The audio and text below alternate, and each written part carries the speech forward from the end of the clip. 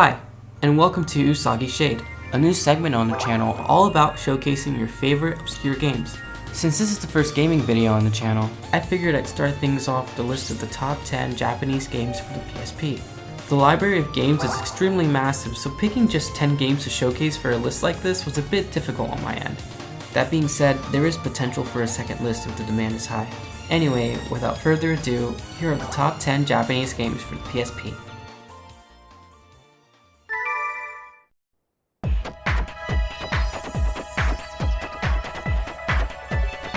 I'll be honest, despite this being so low on the list, I genuinely enjoy this game in all of its charm. Seto Get-You, or better known as Ape Escape here in the West, has you running around after a wide variety of crazy apes, each with their own distinct appearance and personality. If you've ever played an Ape Escape game before, you normally play as the main protagonist, Spike, and try to capture each and every ape using your net, as well as a plethora of other gadgets. In this game, however, you capture apes by playing as other apes. The fun part for me was discovering all the different apes and their unique abilities, as well as seeing them mess around and just hilariously taking their role very seriously. I think it's a great game if you're a fan of the original Ape Escape and its many sequels.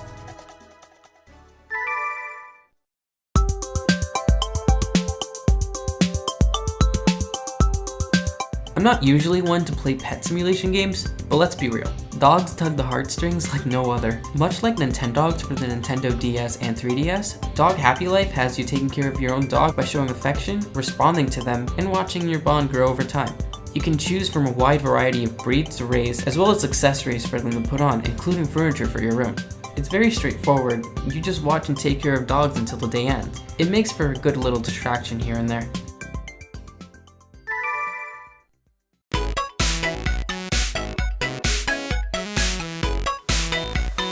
A very popular rhythm game in Japan, Taiko Tatsujin has you beating a drum with just two options. Red indicates hitting the center of the drum, while blue indicates hitting the rim. On the PSP, the face buttons emulate hitting the red symbol, while the triggers hit the blue. You might think that would make the game easier, but you'd be surprised with how disorienting it can get with just two symbols. Overall, there's over 69 great songs, each varying in difficulty, so you'll be able to ease into the more expert level of playing the game if you're into that sort of thing.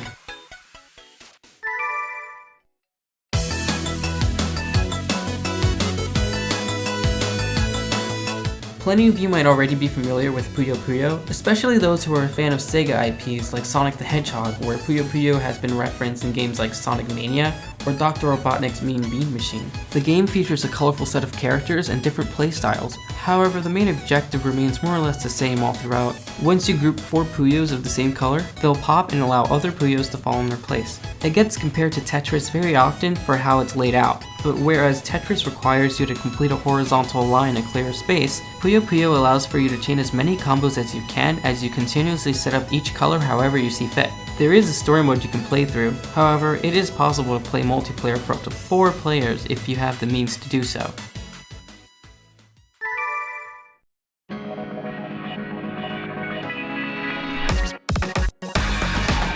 A very unique take for Final Fantasy at the time of its release, Type 0 was one of the first times the series gave real-time combat a try. You play as any of 14 characters, with up to 3 at a time when on the battlefield. You're able to switch between each character on the spot, so you're not only tethered to just one playstyle. This helps when one of your party members aren't fit for a certain enemy, or if one of them die in combat. My favorite characters are Deuce, Rem, and Ace. They're very different in combat and allow for a lot of flexibility. The story will eat up about 38 hours to finish, so the wide variety of playstyles will keep things from getting too stagnant throughout your time playing.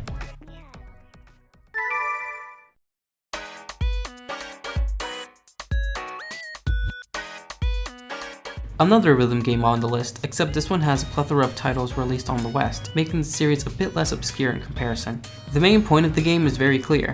Choose any song as well as any Vocaloid you wish to perform, and try to hit each note on time based on the corresponding face buttons. The difficulty ranges from easy to extreme, which at that point becomes nearly impossible if your hand-eye coordination isn't so good. Project Diva Extend is more or less a deluxe version containing more content than Project Diva 1 and 2 for the PSP respectively.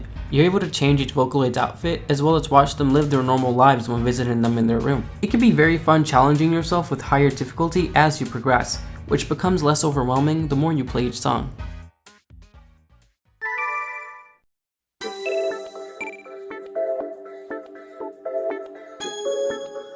This is a turn-based RPG where you play as any character you register. You can decide its appearance, class, and even their voice.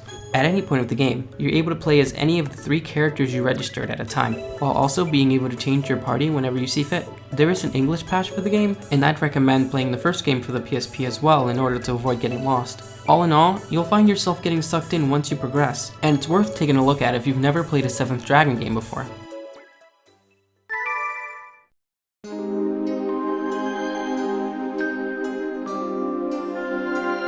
Released very late in PSP's lifespan, Blackrock Shooter is an action RPG based on the anime of the same name. The gameplay is hit or miss depending on how much you can tolerate repetition and are okay with mission-based objectives.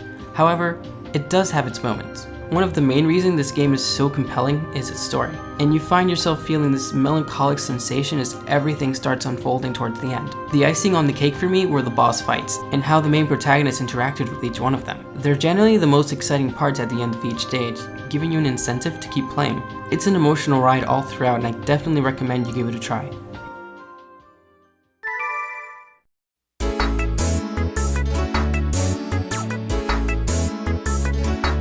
Imagine yourself running around in Akihabara, Tokyo, taking people's clothes off. Well, that's what this game is more or less about.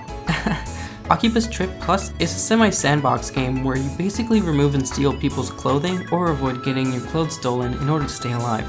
Apparently, sunlight kills whoever has too much skin exposed to it, so people go around in fear of being naked outdoors. You can mess around in the streets or many shops in order to gain more melee weapons and clothing, or you can complete more optional objectives as a means of progressing through more parts of the city. It's definitely one of the weirder games on the list, but its presentation and premise definitely make it one of a kind. Before we get to number 1, here are some other games worth mentioning.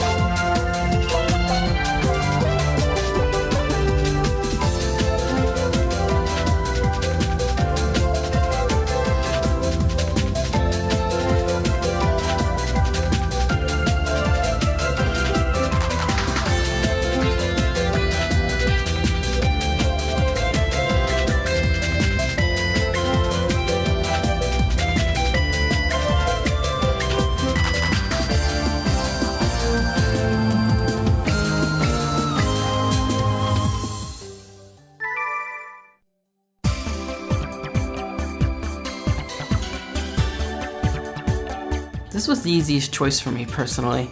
The Phantasy Star franchise houses my favorite MMO of all time, that being Phantasy Star Online 2 for the PC. The original 2 Phantasy Star portable games were released here in the West, however this title is a sequel to the second game, exclusive to Japan. Not only is it a sequel, but it even contains the entire second game within it, labeled as Episode 1. So you essentially have 2 games all together with an enormous amount of extra content, with more classes, outfits, weapons, stages, and quests than the original sequel. One of the best ways to play Phantasy Star is with a few friends around, which makes the game more fun and a lot less barren.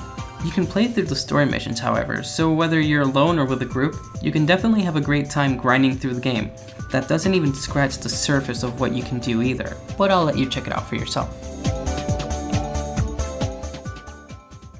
Well, those were the top 10 Japanese games for the PSP. Please let me know if there's any other games you wanted to see on this list, and maybe I can make a follow-up video. Also, feel free to let me know how I can improve if there was something you weren't happy with. If you would like to know more about me, what I do, or what I look like, my social media links are there in the bottom right corner, as well as a video to the right if you want to see more than just games from me. This is Usagi Shade, and I hope you enjoyed the video. Take care.